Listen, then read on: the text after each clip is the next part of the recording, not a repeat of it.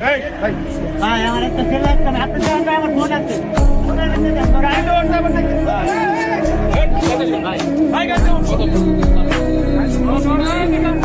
আরো একজনকে বাংলাদেশ সেনাবাহিনী আটক করেছেন এবং এই মুহূর্তে রাজধানীর খিলগাঁও থেকে আমরা দেখতে পাচ্ছি মোট 3 জনকে বাংলাদেশ সেনাবাহিনী আটক করেছে।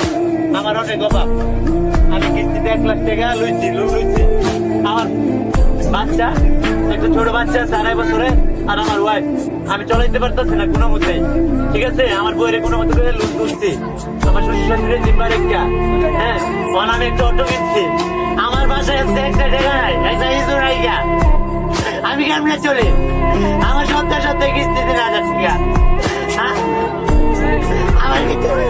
আমার কেমনে জীবন যায়?